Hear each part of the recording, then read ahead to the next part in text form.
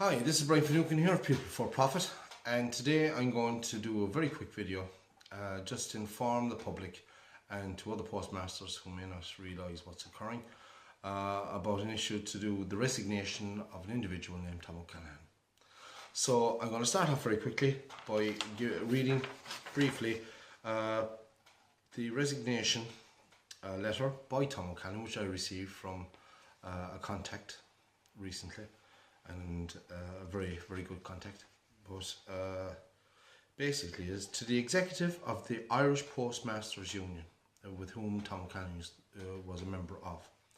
It is with a heavy heart that I have come to the conclusion that the current executive of the IPU have failed miserably in their duty of care to guard the interests of their membership.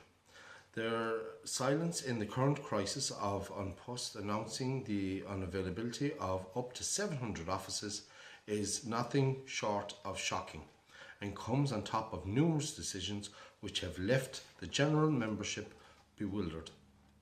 In particular, the executive signing a confidentiality pact with An Post which prevents the executive of the IPU from informing its own members of the extent of the current crisis. What interests are served by this silence? Currently, not that of the members and postmasters. In all sincerity, I believe I could best serve my constituents and fellow postmasters from outside this organisation. To this effect, I now tender my resignation from the executive and membership of the Irish Postmasters Union. Tom O'Callaghan, Postmaster. Yes, you've heard it correctly, and I'll put this up at the end of our video, a copy of this letter at the end of our video. But yes, you heard correctly that the executive themselves of the IPU basically went into a confidentiality pact with An Post. So you've got the union going in, signing a pact with An Post to say that they will not give any information to their members until agreements have been finalised. That doesn't look too good in my eyes. Now I'm going to go briefly brush on the Irish Postmasters Union. They have a piece up on their own website on the resignation of Tom O'Callaghan, and I'll explain a little bit about Tom O'Callaghan after I read this out. It is basically it's with regret that the Irish Postmasters Union has learned of Tom O'Callaghan's resignation from the executive membership of the union. I'm not going to read all of this, but I will put this up at the end of our of my video. Mr. O'Callaghan has been under suspension from the executive due to conduct a decision taken by executive in February 2015 and upheld by delegates of the IPU's 2015 annual conference. Tom O'Callaghan was suspended because he spoke out, because he wanted the best for the members, he wanted the best for the postmasters, and for his own job. He wanted to keep the post offices running.